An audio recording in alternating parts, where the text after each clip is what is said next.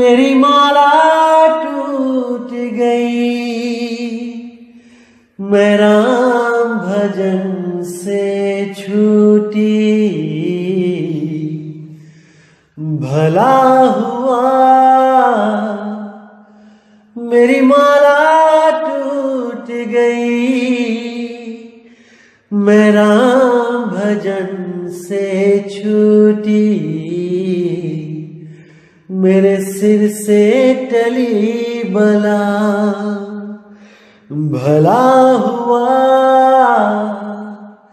मेरी माला टूट गई, मैं राम भजन से छूटी। मैं राम भजन से छूटी। नमस्कार मेरे प्यारे भाइयों, मेरे परमात्मा के प्यारे जीव हंसों। मैं बंदी छोड़ से यही दुआ करूंगा कि आप सब मेरे भाइयों का विवेक इतना बढ़ जाए, इतना बढ़ जाए कि कोई भी काल का दूत या कोई भी अधूरा गुरु या कोई भी अज्ञानी जीव आपके सामने टिक भी ना पाए। इतना विवेक हो जाए आपको कि आप किसी भी अज्ञानी जीव को उसको जवाब दे सकें, उसको बता सकें कि अब आप अज्ञानी नहीं रहे, कि अब आप भ्रमित नहीं हो सकते। साफ बोल दो कि बहुत हो गया तुम लोग का अज्ञान, अब और नहीं और नहीं। अब आप पर परमात्मा की दया हो चुकी है और आप दूध और पानी को अलग करना जान चुके हो। अब और पानी नहीं पी सकते दूध में मिला हुआ, इसीलिए आपको हंस बोला गया है। जो भी नीर शीर का निबेड़ा करे वो ही हंस है, ना कि आपको किसी पक्षी की जून में डालने के लिए हंस बोला गया है। इन अज्ञानियों ने तो अर्थ का अनर्थ ही किया है आज तक। तो मेरे भाई, अच्छी तरह ज्ञान को समझना है, तभी जन्म मरण से मुक्ति हो सकती है। पहले ज्ञान को समझो, अज्ञान का नाश करो, फिर उस समझे हुए ज्ञान पर प्रैक्टिकल करो। पहले थ्योरी क्लियर कर लो, फिर उस पे प्रैक्टिकल करो, तभी निर्णय ज्ञान आएगा सामने। तभी उस प्रैक्टिकल का परिणाम आएगा, जिसको परम मुक्ति कहते हैं। उस परिणाम के आने के बाद आप कभी भी किसी गर्भ में नहीं जाओगे, हमेशा हमेशा के लिए मुक्त हो जाओगे। वैसे तो मैं समझ सकता हूं मेरे भाइयों कि आप हर चीज समझ रहे हैं, क्योंकि पिछले 2 सत्संग जो मैंने किए थे उसके रिगार्डिंग इतने मैसेज आए हैं, इतने फोन आए हैं, उससे पता लग जाता है कि आप लोगों की जो विवेक शक्ति है वो बढ़ती ही जा रही है। और बहुत खुशी भी होती है, क्योंकि मेरे यहां सत्संग करने का एक ही मकसद है कि आपको इतना विवेकी बना दूं कि कोई भी काल का दूत आपको भ्रमित ना कर पाए। बल्कि मैं तो इन सब पाखंडों को जड़ से खत्म करके केवल सुरत को शब्द में लगवाने आया हूं। इसके अलावा सब काल जाल है। कुछ भी करोगे इसके अलावा केवल और केवल गर्भ जून में ही आओगे। भरमते रहोगे, भटकते रहोगे, जन्मते और मरते रहोगे। अगर शब्द में सूरत को नहीं संभाला तो। इसीलिए मेरे भाइयों, हमेशा ही कहता आया हूं कि केवल एक और केवल एक विधि है परमात्मा को पाने की, वो है विहंगम योग, केवल विहंगम योग। और विहंगम योग क्या होता है मैंने कई बार समझाया है। सीधे सुरती को शब्द में लगाना ही विहंगम योग है, ना कि 2, 3, 4, 5 पड़ाव पार कर करके जाना विहंगम योग है, बिल्कुल नहीं। तो इसी को आज क्लियर करेंगे कि आखिर करना क्या है। कुछ लोग श्वासों पे ध्यान लगाने लग जाते हैं और सोचते हैं कि हम विहंगम योग कर रहे हैं। अरे श्वास तो खुद टूटी हुई है 2 हिस्सों में, एक आती है एक जाती है। किस विहंगम योग की बात करते हो आप? ये तो एक झूला है, कभी ऊपर जाता है कभी नीचे जाता है। सुरती को अडोल शब्द में लगने से रोकता है ये श्वासों का हिंडोला। तो आज की वाणी में यही क्लियर करेंगे कि करना क्या है। तो क्या कहती है वाणी?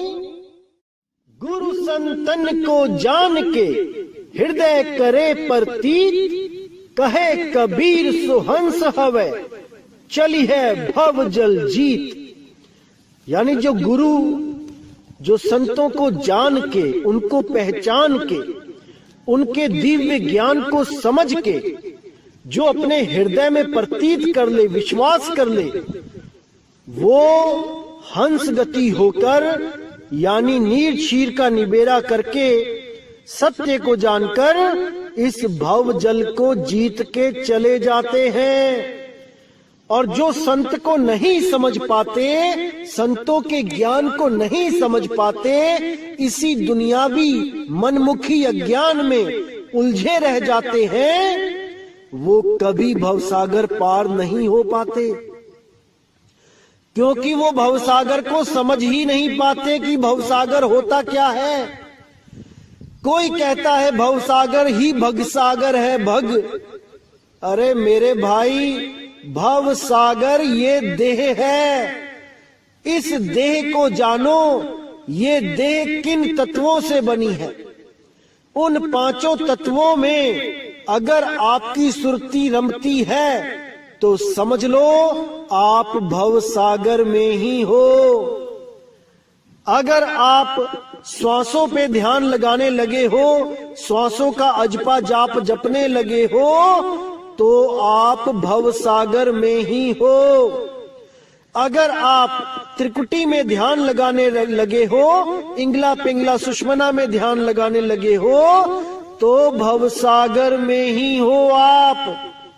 अगर आप नाभि में, कंठ में, हृदय चक्र में, मूल चक्र, गुदा चक्र में ध्यान लगाने लगे हो, नाम जपने लगे हो, तो भवसागर में ही हो आप भवसागर पार नहीं हो सकते। तो आगे कहते हैं, सतगुरु तहां आरती करही, सब तज जहां जाए पग धरही, चरणामृत साधन को लीजे, मुख पूजा कर अचवन कीजे।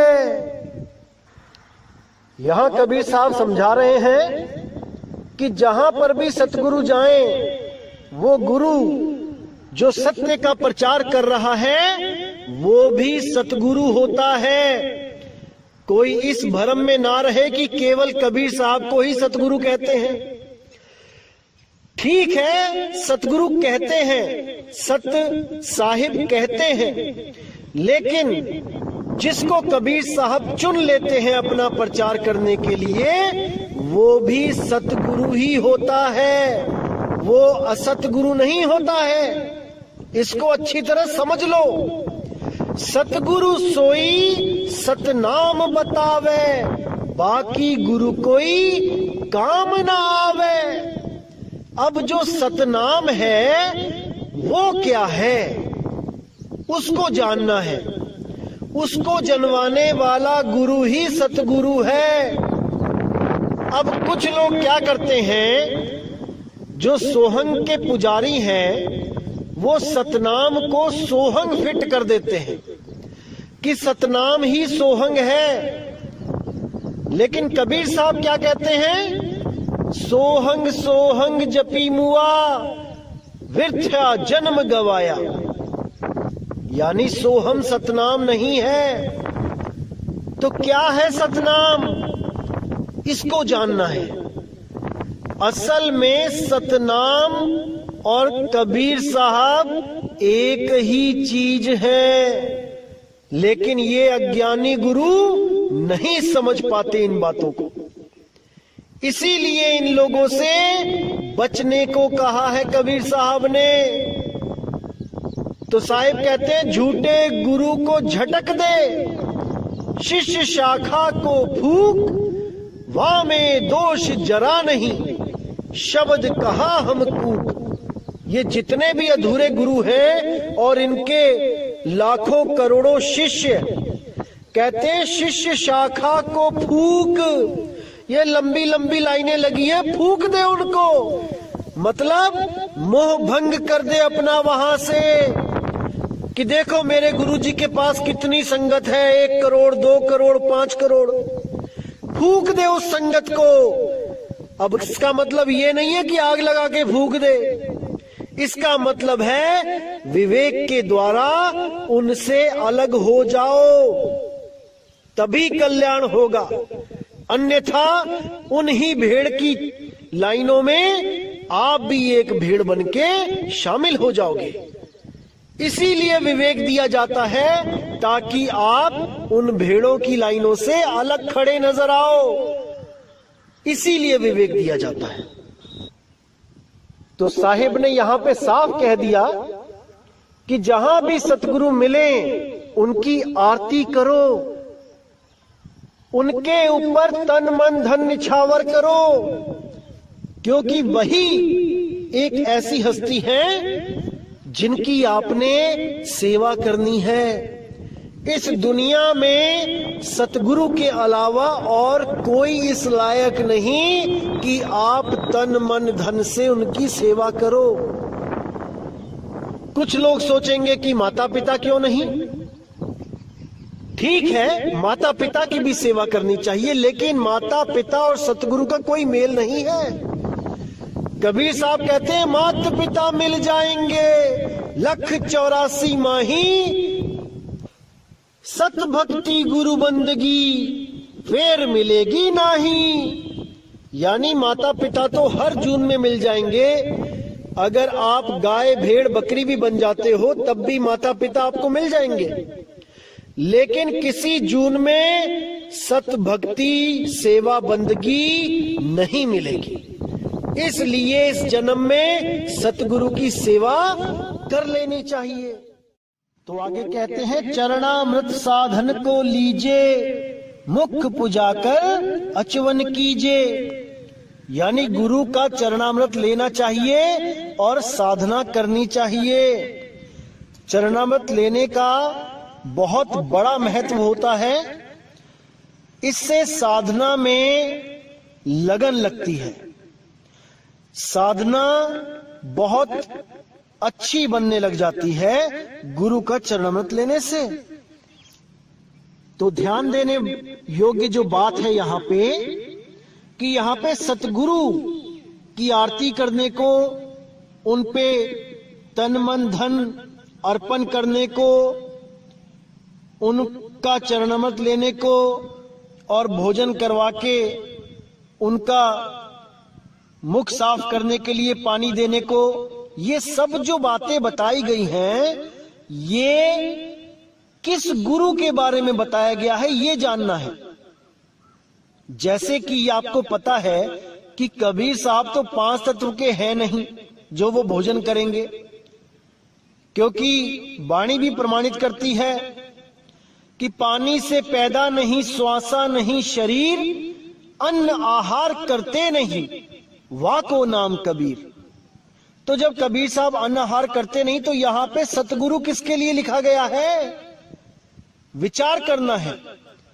क्योंकि कई YouTube चैनल में ऐसे मनमुखी लोग सत्संग करने लग गए हैं और अपनी मनमुखी बातें बता के आप लोगों को भ्रमित करने लग गए हैं कि कबीर साहब के अलावा सतगुरु कोई लगा ही नहीं सकता।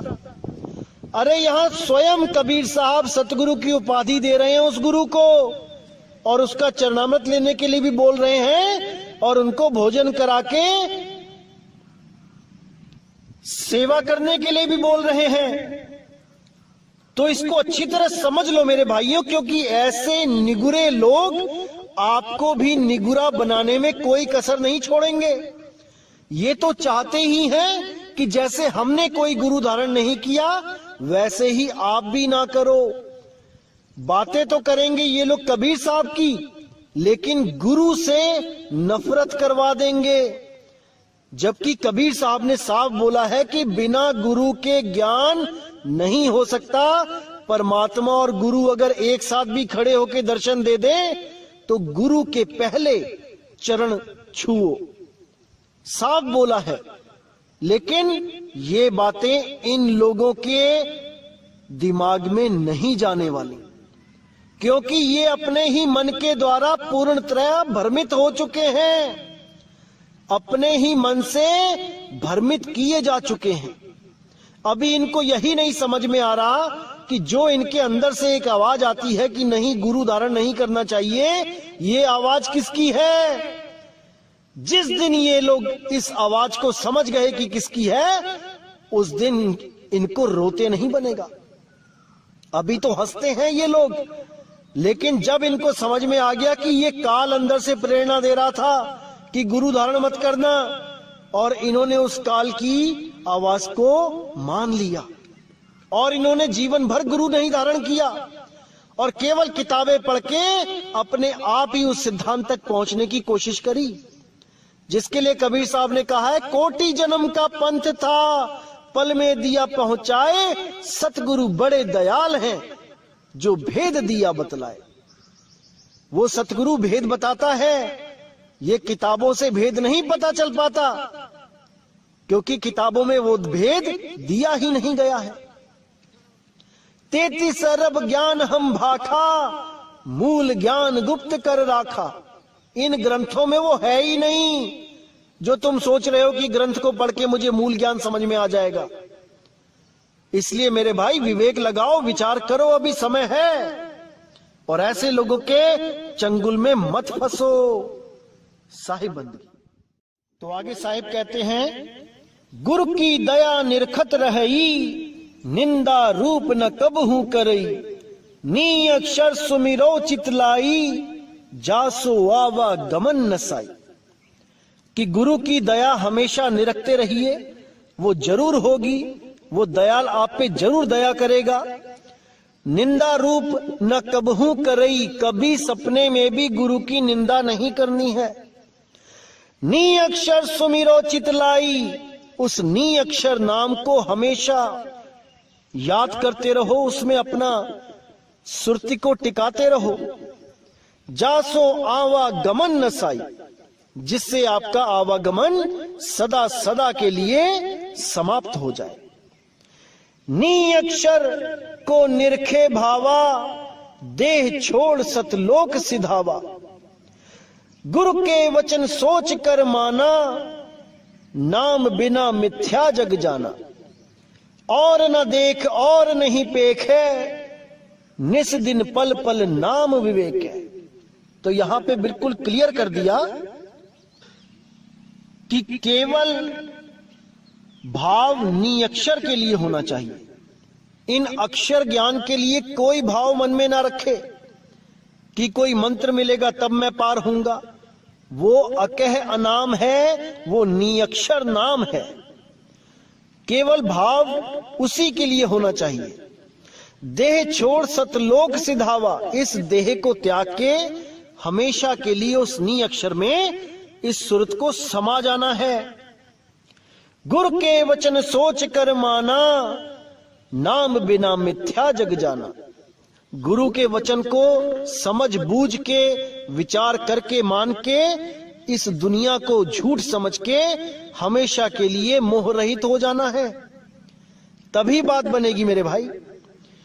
और न देख और नहीं पेखे, निस दिन पल पल नाम विवेक है। कि उस नियक्षर नाम के अलावा और कहीं ना देखे, कहीं पे आस नहीं होनी चाहिए। पल पल उस नाम से विवेक करके उसको प्रकट करे, विवेक करके उसको जाने, तभी बात बनेगी।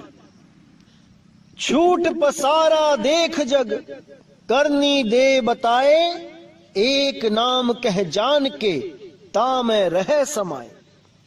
बिल्कुल क्लियर कर दिया साहिब ने कि ये सारा जग का जो पसारा है इसको झूठा समझ के दूर कर दो, और उस एक नाम में केवल एक नाम, 7 8 10 नाम नहीं कि कोई ओम कलियम हरियम से जुड़ के बैठ गया, कोई ज्योत निरंजन ओंकार आरंकार से जुड़ के बैठ गया, कोई किसी नाम से, कोई किसी नाम से।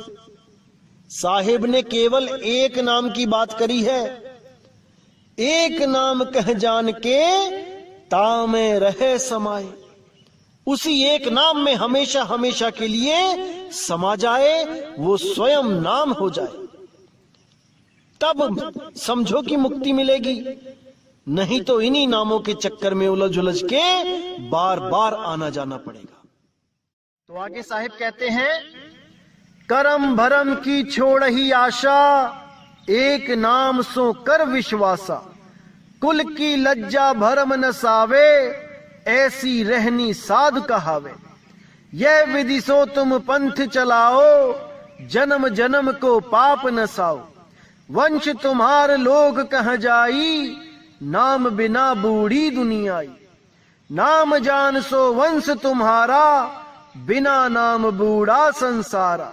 नाम पार नहीं वेद न पावा, नेति नेति कर सब गह गोहरावा। अब कितना यहाँ पे क्लियर कर दिया साहिब ने कि सब कर्म भरम छोड़ के, कर्म भरम में क्या आता है, ये सब पूजा पाठ नारियल पान ये सब छोड़ के एक नाम सो कर विश्वासा, केवल एक नाम पे विश्वास करो, उस निज नाम पे विश्वास करो, उस निअक्षर नाम पे विश्वास करो, ना कि नारियल फुड़वा के 5 नाम जपने के लिए दे दिए। अरे जब परमात्मा एक है तो उसका नाम भी एक है, इतना भी नहीं समझ पाए।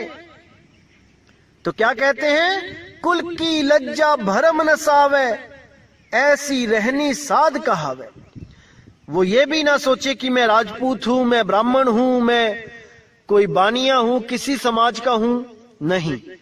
जब वो परमात्मा को प्रेम करता है तो वो जीव है और उसको पाना है केवल पीव को, बीच में कुछ नहीं, कोई जात नहीं, कोई पात नहीं, कोई मंदिर नहीं, कोई मस्जिद नहीं, कुछ नहीं।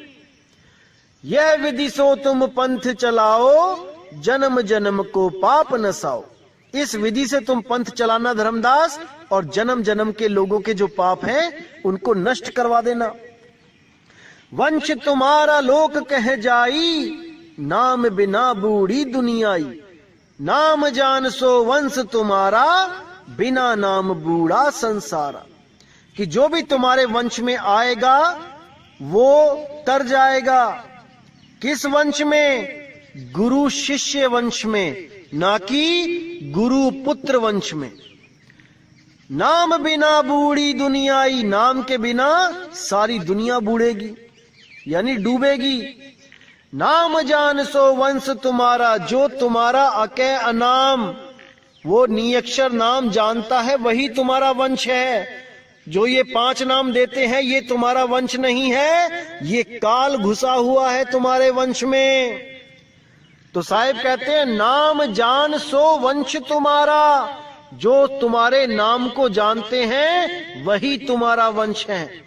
बिना नाम बूढ़ा संसारा, बिना नाम के सारा संसार भी बूढ़ेगा, और ये जो गद्दियों पे बैठे हैं 5-5 नाम देते हैं ये भी बूढ़ेंगे, क्योंकि ये भी संसारी गुरु हैं, ये तुम्हारे वंशज नहीं हैं। ये केवल नाम के वंशज हैं, काम के वंशज नहीं हैं। नाम पार नहीं वेद न पावा, नेति नेति कर सब गोहरावा। कि इस नाम को वेद भी नहीं जान पाए, और जो ये गुरु लोग वेदों की दुहाई देते हैं कि वेदों में कबीर साहब ने साधना बताई है वेदों के द्वारा, ये सब झूठ बोलते हैं। कबीर साहब तो कहते हैं वेद हमारा भेद है, हम वेदन के माही, जौन भेद से मैं मिलूं, वेद हूं जानत नहीं। जब वेद जानते ही नहीं है तो उसको खोल ही क्यों रहे हो? खोल के भी क्या मिलेगा अगर कहीं चंद अक्षर ढूंढ भी लिए कबीर कबीर कबीर लिखा हुआ, तब भी वो जानते नहीं है कबीर को। खोलना ना खोलना एक बराबर है। तो जब हम वेद, पुराण, गीता और भी कई ग्रंथ जब हम पढ़ते हैं, तो जैसे मैंने पुराण में भी दिखाया था कि वहां पर सोहंग नाम दिया हुआ था, मंत्र दिया हुआ था, और उसके कई हजार जाप करने की बात की गई थी। इसी प्रकार कई हजार जाप करने के बाद सोहंग के तब जीव ब्रह्म अवस्था को प्राप्त होता है। अब कुछ कबीर पंथी भी ऐसे हैं जो सोहंग नाम से, सोहंग अजपा जाप जपवा के परमात्मा प्राप्त करने का दावा करते हैं और श्वासों पे ही ध्यान लगाते हैं, श्वासों को ही सत्य मानते हैं, और ये दावा भी करते हैं कि कबीर साहब ने हमेशा श्वासों पे ही ध्यान लगाने की बात करी है, जबकि वो सत्य को नहीं जानते।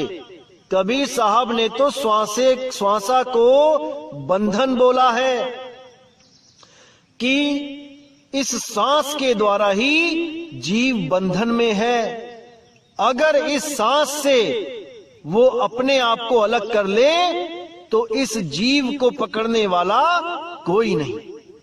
ये सुरती हमेशा के लिए जीव अवस्था से पीव अवस्था में प्राप्त हो जाएगी, चली जाएगी।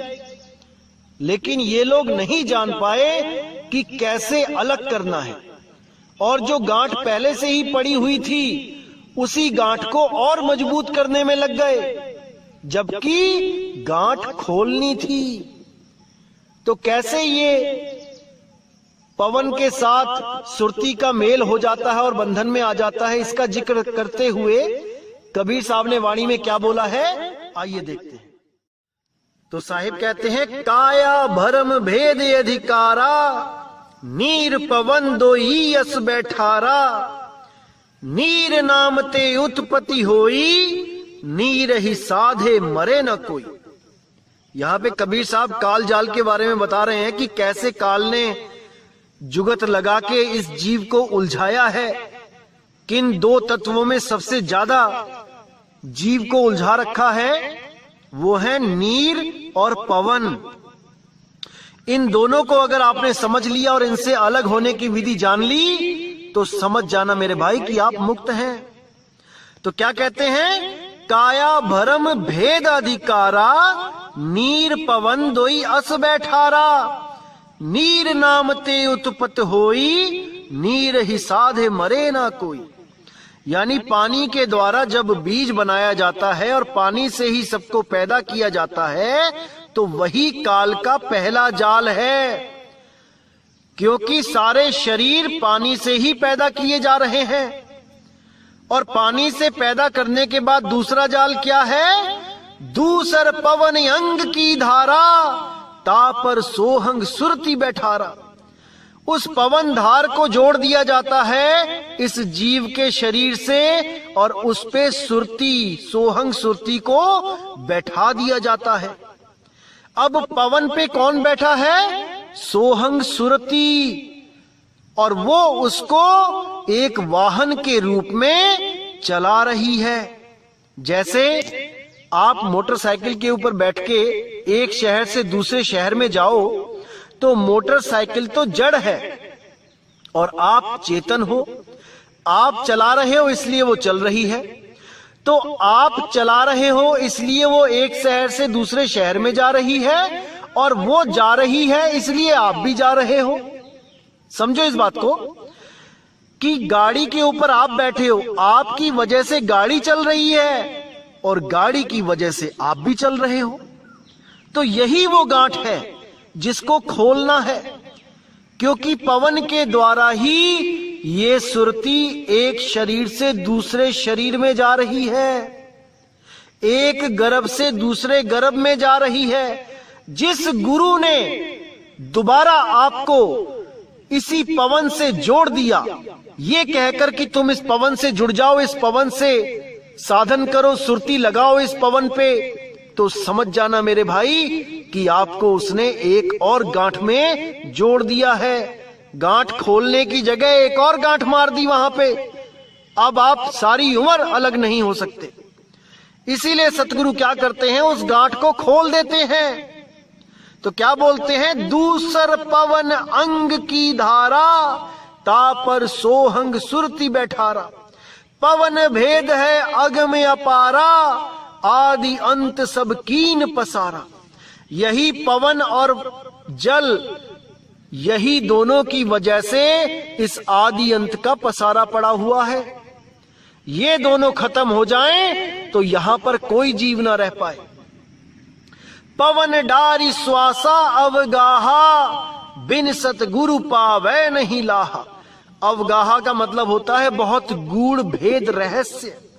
पवन डारी श्वासा अवगाहा, यानी इस पवन का भेद बताने वाला कोई बिरला ही गुरु होगा जो इस गूढ़ ज्ञान को बताएगा और इन दोनों जो भरम जाल है, पवन और जल, इन दोनों से आपको अलग कर देगा। बिन सतगुरु पावे नहीं लाहा, बिना सतगुरु के आप इन दोनों तत्वों से जुदा नहीं हो सकते। आप श्वासों से अलग हो ही नहीं सकते, बल्कि ऐसे गुरु मिलेंगे जो इन श्वासों के द्वारा आपको सूक्ष्म शरीरों की सैर करवाने लग जाएंगे। याद रखना मेरे भाइयों, सूक्ष्म शरीर में भले चले जाओ, लेकिन पवन का जो बंधन है वो वहां पे भी है। सूक्ष्म शरीरों में भी आप सांस लेते हो, वहां पे भी आप मुक्त नहीं हो, क्योंकि जहां पे भी सांस है वहां गिनती है, और जहां पे भी गिनती है वो काल का जाल है। क्योंकि श्वासें गिनती में ही मिलती हैं, चाहे स्थूल शरीर हो चाहे सूक्ष्म शरीर हो। हमने श्वासों के जाल से बाहर निकल जाना है और अनगिनत समय के लिए मुक्त हो जाना है, अमर हो जाना है। अमर हम हैं ही तो पहले से ही, लेकिन भरम जाल की वजह से, इन श्वासों की वजह से हम अमर नहीं महसूस कर पा रहे हैं अपने आप को। सब के सब इन श्वासों के जाल में हैं, इन श्वासों की गिनती के अधीन है। तो इसीलिए मेरे भाई, इन श्वासों से बाहर निकलना है। और आने वाले सत्संगों में मैं श्वासों का ये जो भरम जाल है ये बिल्कुल ही क्लियर कर दूंगा, आप बिल्कुल चिंता ना करें। तो दोस्तों, आज का सत्संग यही समाप्त करते हैं और बंदी छोड़ से यही अरदास करूंगा कि आप सब मेरे भाइयों का विवेक हमेशा हमेशा के लिए जाग जाए, ताकि कोई भी ऐसा कालदूत आपको भरमा ना पाए जो ये बोल के भ्रमित कर दे कि कबीर साहब भी श्वासों के जाप की बात करते हैं। ऐसा नहीं है भाई। तो इसी के साथ मुझे विदा करें। जय गुरु बंदी छोड़ वैराग साहिब, जय गुरु बंदी छोड़ साधु शरण साहिब, जय गुरु बंदी छोड़ बाबा मदन साहिब, मेरे बाबा नानक साहिब, मेरे गुरु रविदास जी, मेरे गुरु अंगद देव जी, मेरे बुल्ला शाह बाबा जी, सब संतों की जय हो। जय जय सतगुरु बंदी छोड़ सतगुरु सत्य कबीर साहिब की सदा ही जय हो, सदा ही जय हो मेरे मालिक की। साहिब बंदगी सतनाम।